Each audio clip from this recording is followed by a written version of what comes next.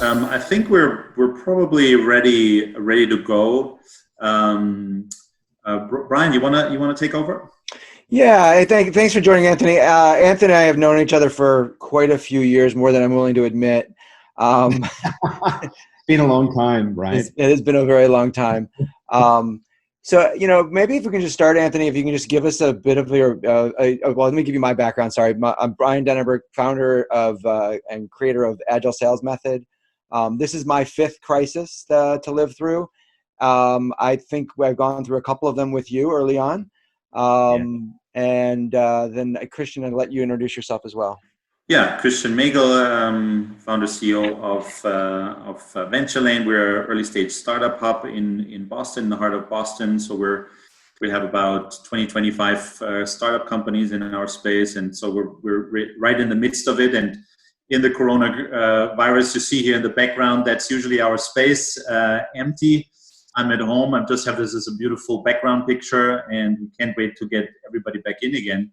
But in the meantime, 4 weeks ago, we decided to put, to take that program and make it all virtual. And Brian and I, we teamed up around Fighting Bulls, doing interviews with founders that really fight the crisis and want to share the wisdom. And for me, I always learn really great in a great way from entrepreneurs and really like get practical help from others. That's definitely the time to do this and share this right now. This is a 25-minute session, and afterwards we go to Q&A. So you'll see down here is a Q&A button. So hit that one and give us the question. You can start as we go along, and we'll kind of collect them and summarize them at the end. And now to our guest, Brian, you want to take over? Yeah. So Anthony, this is your fourth company, is that right? Yeah, it is. It is. And you've had two successful exits. You've seen through several crises, because I know you were in Asia during the Asian financial crisis, and then SARS and .com. Maybe you can just give us a little bit a brief background and kind of what you've learned about dealing with crisis, and what kind of motivates you to not give up. Yeah. Look, every crisis is different. I was trying to wrap my head around this one, and I thought, hey, I've been through the 97 financial crisis. I've been through SARS, the dot-com bubble, the global financial crisis, and then look at this one. It's just different, but some things are the same as well. Look, you've got to always be positive and have a plan to go for it. And at the same time, you have to have a plan B. You have to actually manage the risk. That's incredibly important. And the first business that we started, Brian, like back in 97, 98, that was in the middle of the worst crisis ever. And perhaps it was young naivety that we just charged forward and we made a business out of that. So you can do it. It's absolutely possible to start a business in a crisis because things are a lot cheaper. However, you also need to manage risk at the same time. And that was a lesson that I learned, controlling the cost base, especially understanding that your customers are going to pay you later, which is ironic because I'm now in the business of a company that actually speeds all of that up, but still it's an issue. That there's as the whole Chinese character says, there's in crisis there is opportunity, but it's also about managing risk at the same time. You were touching that already. Just give us a quick background for everybody who doesn't know YayPay, what YayPay is about, what's the business model, where you guys at right now in terms of team size and Sure. funding. Yeah, so I guess the core purpose of what we do, we talk about our core purpose being to revolutionize the future of work for finance teams. But if you want to really just talk about what we actually do, we design, we build, and we sell intelligent accounts receivables automation software. So when you think about the whole B2B credit process, credit assessment, issuing an invoice, collections management, payments, cash application, working capital analytics, we're in that business in software.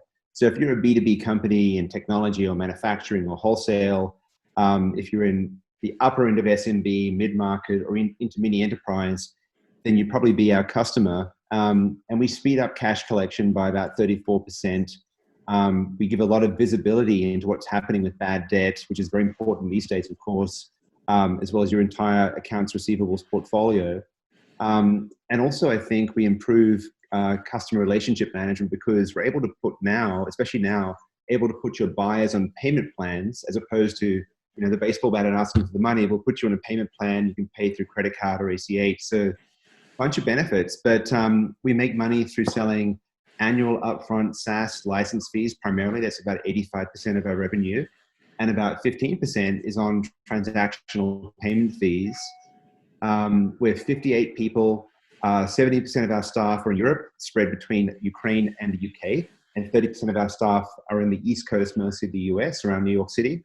So yeah, it's most of the. That's interesting. You're in two continents, more or less, operating with a larger team. Like, what has changed in the crisis for you guys? I mean, a lot has changed, and I've been thinking about this a lot lately. I would say that we've become more empathetic with our customers and our colleagues. We always talked about YayPay transcending geographies and transcending departments. And we had been, it was always, at one point YayPay New York and YayPay Kiev and YayPay London. But we're now in 58 remote locations spread across the world. So I'd say that it broke down any of those last barriers that, we had in becoming a team. That's been very helpful. So I'd say that just given the environment, everyone feels in the company that they are all Americans, they are all British, they are all Ukrainians. So it's broken down the barriers and it's actually enabled us to have a much tighter team. And I'd say we're getting to know our customers better. We're all in the same boat globally. So that's kind of an interesting benefit to all of this. Mm-hmm. Anthony, I got an email from you early on in the crisis that said, you've always been 30% remote. And then now overnight you're 100%. Well, that's hard to deal with, but you made a commitment to, when this is over, and this was very early on in the crisis, I remember. It stuck with me that you said you're committed to keeping it at 50%, no less than 50%. Can you talk about that? Yeah. So I would say, how do we measure productivity? How do I know that, you're in the office and you're doing more work than someone who's not? The only way you can measure it is on results. So I would say after the crisis, if you want to work from home, if you've proven yourself in this month, however long it lasts, if you've proven yourself and you want to work from home, all power to you. No problem whatsoever. I think that those days of having to be in the office necessarily just for the sake of it are gone. I think that, if someone's got a cold or a flu, not COVID, right? Sometimes they just come to the office. They want to prove that, be included, want to prove that we're strong and we're all in and so forth. No way. No one's showing up in the future with any ailment, so forth. Stay home. We trust you. Just work from home. If you've got problems with your kids to sort out, work from home. We trust you. You'll get it done. I think that's a sea shift. In my own circumstance, I thought about it like, after all this is over, am I going to be in the office? I will be, probably 3 days a week. And if the weather outside is frightful, I'm going to stay home and just work from home. I'm getting a lot more personal productivity done. I think it's a little bit easier for me because at the core, I'm an introvert at the core. I can be extroverted for a while, but I actually like to work from home and get my stuff done. I think it's going to be harder for the extroverts. They'll want to be back in the office and we'll give them that option. But you know what? I actually think we're going to have a lot less people in the office going forward. I think it's going to be no more than 50% in the office. And if you want to work from home, we'll fully support you, really. Anthony, we gave this webinar the title "How to Never Ever Give Up in a Crisis." We had a bit of a chat before why this is so important. I mean, you've been starting companies, lived around the world, went through different crises. What's the advice you would give a founder that maybe is through this for the first time? What have you seen? What guides you through this situation? And what do you do in a situation where you actually want to give up, but in a way you don't want to? Yeah. I mean, it's a tough one. I actually think that 50% of entrepreneurs probably fail because they give up too early. I think a lot of this is all about plowing through. It's about resilience. It's about tenacity. It's a cliche, but I actually think it's true. I really do. So look, I'd say plow on through. I'd also say that— And plow on through under every circumstances and just make sure that you, for example, get the cash or reduce the cost until you're over the hump. You have to do, as a CEO of a company, you have to do whatever it takes to keep the company alive. So in other words, you need to be really ruthless. I don't know if it's ruthless in the execution of it, because people are people. And I'll give you an example. So in this crisis, every crisis has been different. In this crisis, we acted on it quite early, probably because I kind of had seen this before, not this pandemic, never, but I'd seen how these things play out. And, we did lay off about 20% of the workforce. And we did early on make a pay cut between 10 and 25% graduated rates. And you do that for the greater good. You do that so that those people that are left in the company can make it. You have to do those decisions. And it's actually, I feel in the deep of my heart, I feel, horrible for those that we had to lay off. And I'm very keen to see them succeed. And I've heard stories already. A few of them have found jobs. I'm so happy. But sometimes you have to do that to make the company survive, because that's the thing. If you can come through this and survive, you're going to make it. So yeah, it's necessary sometimes to do that. Okay. How much of your current time is dealt with coping with the differences of the situation, and has that changed now that we're a month in or 5 weeks in? Has that changed? I think it's changed, quite frankly, in the last few days. I think that a month in, we're all starting to get used to the new normal. For the first 2 weeks, everyone was in triage and panic mode, and then it was more strategic triage to sort this out. And now it's like, okay, here's the new normal, here's the new rhythm. We're going to get through this, and here's how we do it. But there are some things that just never change. You're always running a company. You're always spending a lot of time on people and culture. You're always spending time on customers, understanding what's going on with that, your CSAT. You're always spending time on sales. None of that changes, but just the whole triage and communication, the amount of communication that you need to give your team in these times, just 10x's, so we used to have these all hands meeting, very elaborately produced once a month. And that was fine. That's no longer fine. We do it every week. We have an all hands meeting every week. We do a very detailed company newsletter. It's 54 pages, right? It's detailed. That started off as a CEO letter. It morphed into, everyone started contributing. It's become this company newsletter twice a quarter. And the all hands meetings sort of become a little bit of a rehash of that, but live. We have a lot of kind of software now for team members to give feedback and to discuss issues. We have, every department has a stand-up. In fact, the sales team has a stand-up twice a day. They're all everyone's communicating a lot more, whether it be by Zoom meeting or Slack or whatever method. But look, it's all about the people at the end of the day. It's about being transparent. It's about communication. It's about teamwork.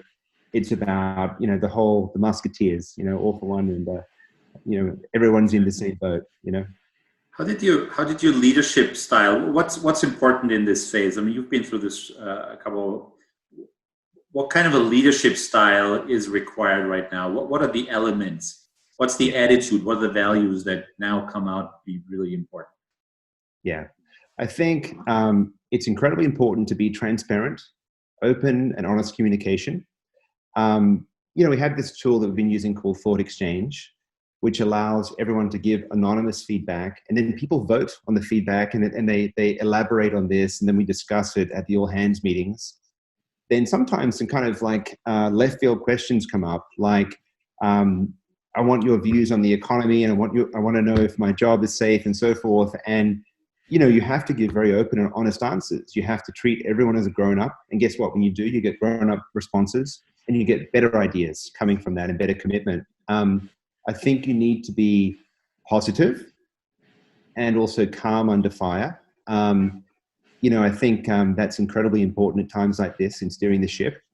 I think you have to do whatever it takes yourself as a leader and roll up your sleeves and just get it done. You can't ask your staff to take a pay cut unless you're willing to take the highest pay cut.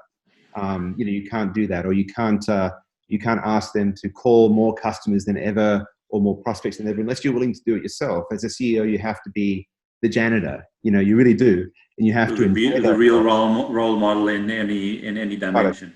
You got to be. I mean, honestly, in times like this, that's the way. And I think lastly, though, is insisting on team players. Like, talent is one thing. That's not enough. Talent is never enough. You must have great talent in the group, especially at times like these. Everyone must pull together and make it happen. And so it's being the cheerleader. It's being beyond that, being honest and open. It's about doing what needs to be done yourself, but remaining positive and calm at the same time and steering the ship. Have the metrics that you use to measure the business changed? Metrics haven't changed, but I've noticed what's been happening is that we're getting more and more granular. I would say another benefit of all of this is that our processes and our systems are improving because we're squeezing every dollar. We're squeezing every metric. So we look at annual recurring revenue, the makeup of that, which is new bookings, renewals, upsells, churn. Then we look at the leading indicators to churn, which is the time to go live. We look at the onboarding velocity. We look at CSAT, very, very important at CSAT. We look at employee satisfaction. We use this tool called Culture Amp to look at employee engagement. And guess what? When that goes up, results always go up. So we look at all these metrics to manage the business and all the traditional SaaS metrics, but just more than ever, we're looking at them all the time now. And also the leading indicators too. So let's think about sales, which is, I know, Brian's favorite topic. You knew where I was going. Master. You are the master. But we think about the leading indicators. So we look at the pipeline creation rate. How fast are we creating pipeline now? The next one is we look at what happens once we get an opportunity speed to demo. Then we look at the close rate, the sales cycle, and so forth. And these are the leading indicators. And of course, lately, they've been going down with the whole crisis. But when they begin to turn, that also tells us the story as well. When the leading indicators begin to turn in the sales funnel velocity, then that says to us, hey, let's invest. So, we're looking at a lot of data today, more than ever. When all the boats are rising in the bathtub, when the economy is good, it's kind of easy to get lazy. Now we don't have any time to be lazy now. Mm-hmm. Do you feel that this is an opportunity for you I know that obviously to tighten that ship and make it stronger, but vis-a-vis your competitors, do you feel like this is an opportunity to stand out? It is an opportunity because look, not everyone's going to come through this. They're certainly not. I know that we will. It's a big opportunity. It's a big opportunity to shine, to get all these processes honed down. It's an opportunity to show your customers really the success of the product. If your product is successful, they're gonna stay with you through this. If it's not, they're not. It's going to cause a lot of different product iterations. It's going to cause us to be more creative as well, by the way. We're getting more creative on our pricing structure, our terms and conditions, you name it. So yes, I certainly think it's going to allow us to accelerate and become a much more scalable business for when this turns. We're going to be able to jump and leapfrog forward. So yeah, it's actually an opportunity. You're right.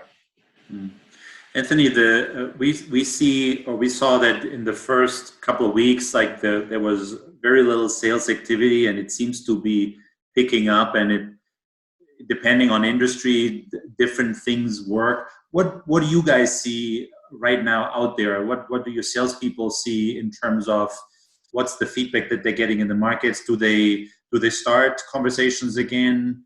What has it been with you, and like what worked for you? To kind of address it? Yeah, so I think what used to work for us, we had become over time a very good outbound dialing shop. We were dialing for dollars. We were using this software called TalkDesk, like an auto dialer, and wow, we were dialing getting lots of opportunities through that. Now, of course, that's hard right now because no one's at their desk, so those numbers don't quite work.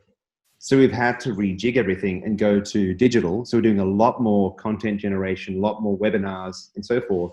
What we are noticing in the funnel, though, we're getting a lot more inbound now because that's where we're investing. What we're noticing is if you're an inbound lead right now, you're actually ready to buy. We're not getting a lot of time wasters. We're getting people who are actually ready to buy. So that's been an interesting observation. I think that in the first couple of weeks of the crisis, everyone just put everything on hold. So we had a lot of contracts. We have contracts ready to sign that are still on hold. And the reason is that every CEO, every CFO in the country just said, hold everything. We don't know what's happening. Stop, hold. And we did the same thing as well to our suppliers or our potential suppliers. And now that's beginning to loosen up because people are starting to see, okay, this is what it looks like. And that's not for every industry. Some industries, for example, of course, travel and tourism, that's not the case. But we're seeing, opportunity in video streaming and other industries that are actually doing quite well, fitness equipment. So yeah, it's loosening up. And I think it's doing that because people are beginning to understand it's the new normal. But I think you have to be more creative in sales. In fact, I had a call right before this with our sales team, and they're hammering away and they're getting creative with different pricing models and different packaging and different terms. Look, we used to do exclusively only annual upfront deals, and now we're open under certain circumstances doing quarterly installments. And you have to do that because times are different. So yeah, so it's really having the agility and the flexibility to toss around a couple of things and see what sticks. Being a little bit more opportunistic, probably. Totally, yeah.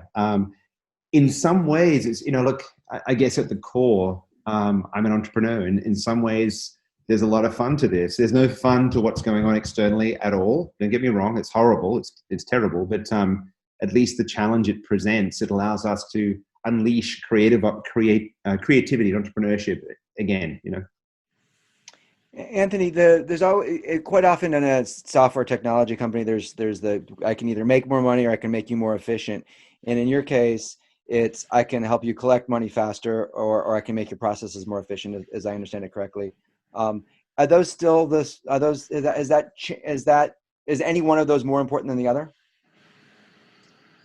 I think that we're certainly all about saving money. We're about creating more efficiency for sure.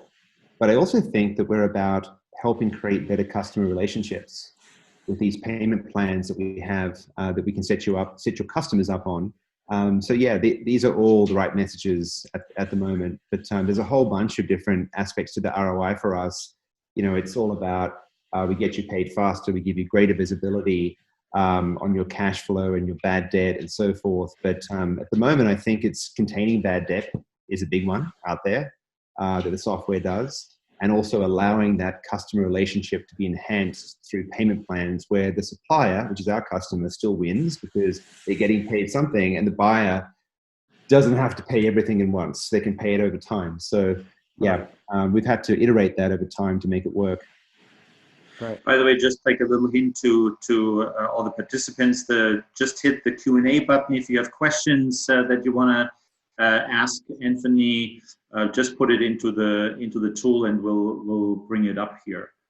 Anthony, what are you doing to keep your sanity, and like what's your routine? Like how do you keep jumping out of bed and having a great day?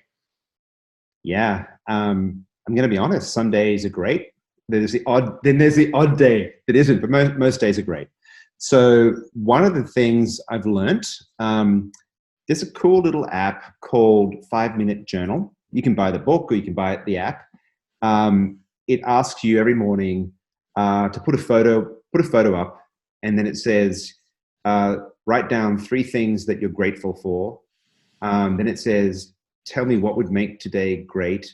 And then it says, tell me, what you are. I am calm, or I am this, or whatever. And at the end of the day, it says what went well and what didn't go so well for the day. So I find that's just a really cathartic thing to do. It almost gives you intention for the day.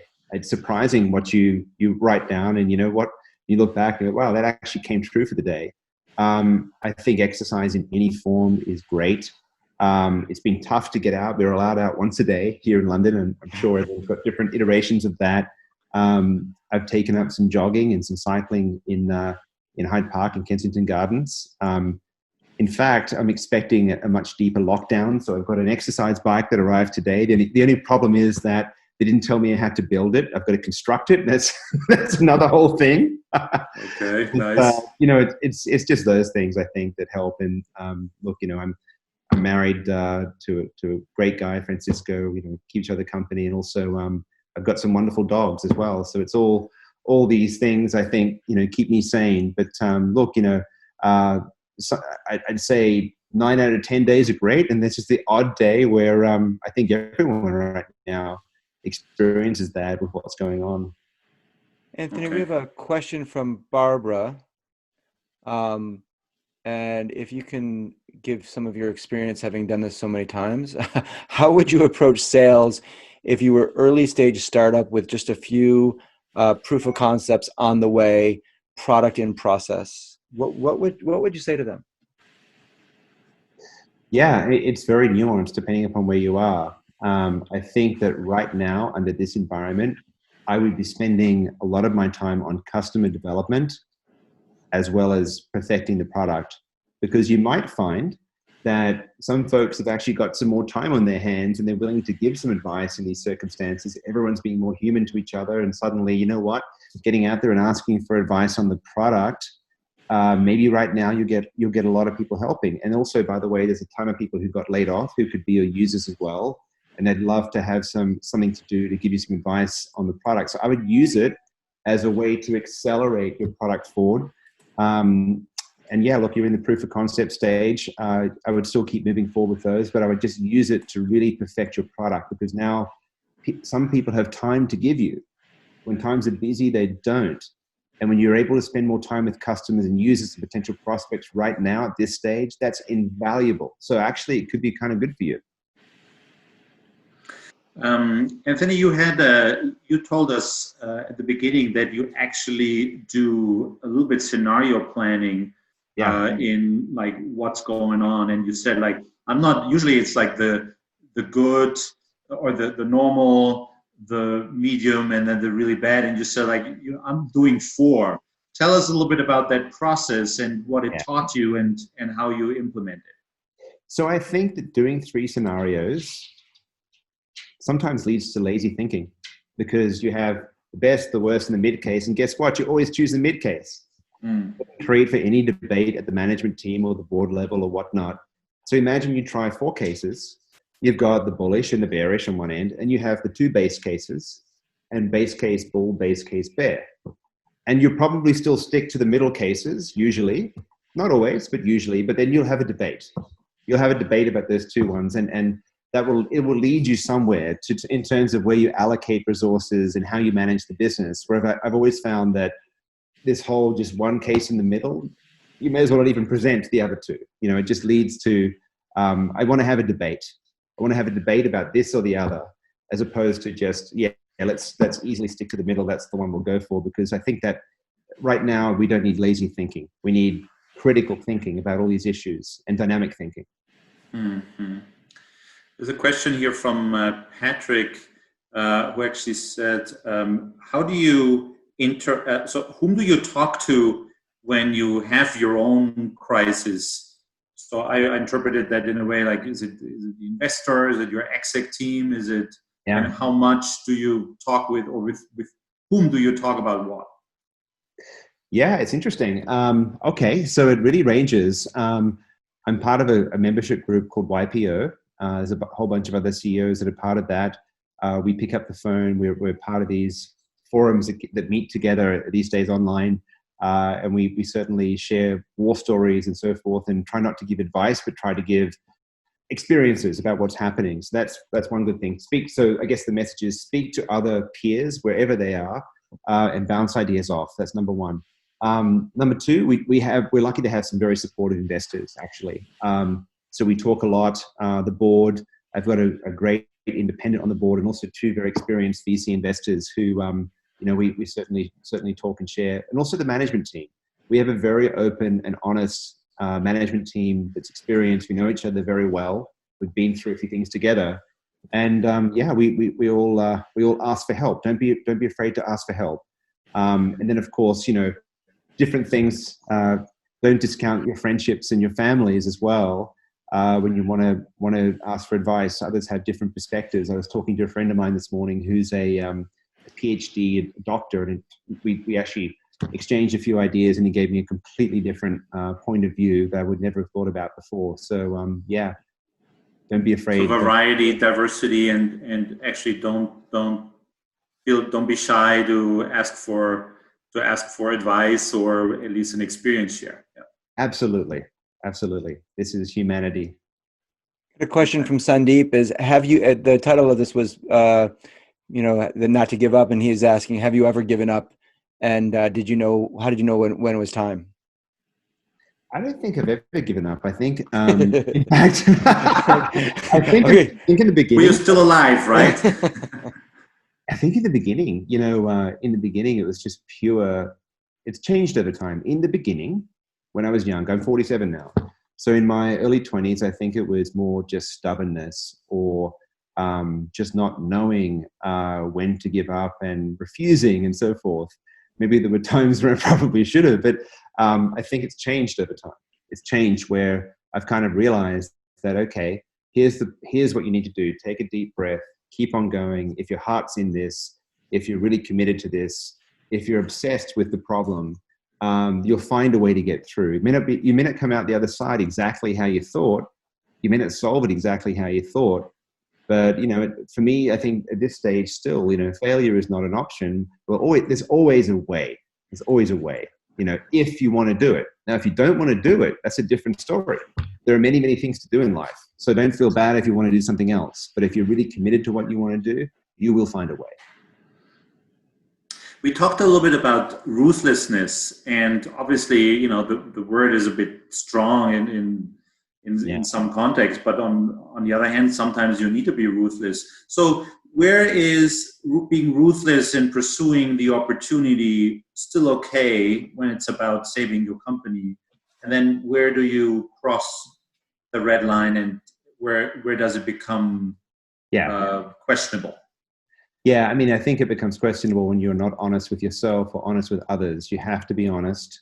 That's a tough thing, by the way, for a CEO if you're going through a crisis where, you have to look at money and so forth, and people want to know how much runway there is and so forth. Luckily for us, we're okay. But, it can get quite a conundrum, because you're trying to promote people to go in a certain way, and the other side, sometimes you're trying to bail yourself out. I've had that experience in different times in my career. But look, I think being open and honest and transparent, the more I learned to do that over the years and just lay out the problems in front of people, guess what? There's a lot of good ideas in the room, and the right people will stick around and they'll solve it with you. Not everyone can stick around, and that's okay, by the way, but you'll be very, very surprised. So I'd say that, it's about being relentless. I think we talked about this at one point where, in fact, it was a guy called Jim Sharp, who was my professor did some courses at Harvard Business School. And he said that the definition of entrepreneurship was the relentless pursuit of opportunity without regard to the resources currently under your control.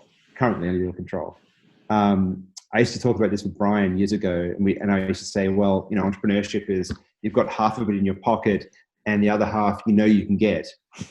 So it's kind of like, in a way, it's sort of similar, right? But I think you also have to be honest with yourself about what you can get.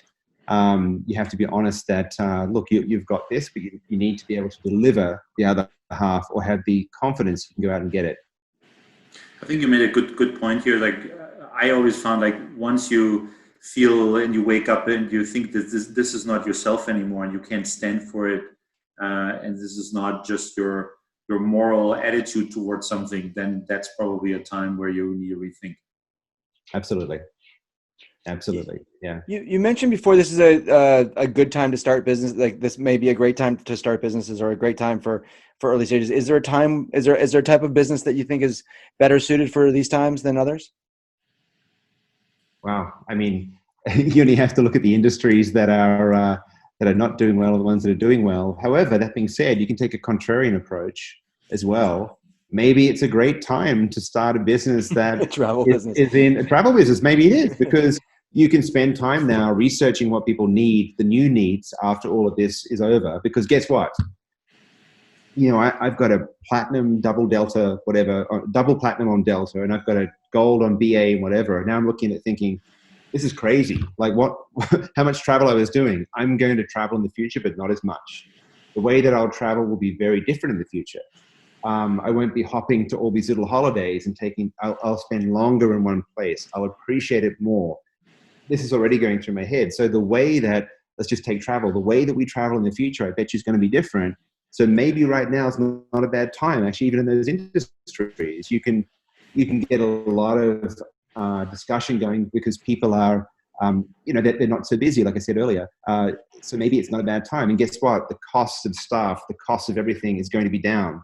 So whatever cost structure you thought you had in this booming economy, you're going to get a lot of stuff cheaper right now. So whether it's an industry that's actually going to be doing well in the future, like remote working, we all know that that's a big thing.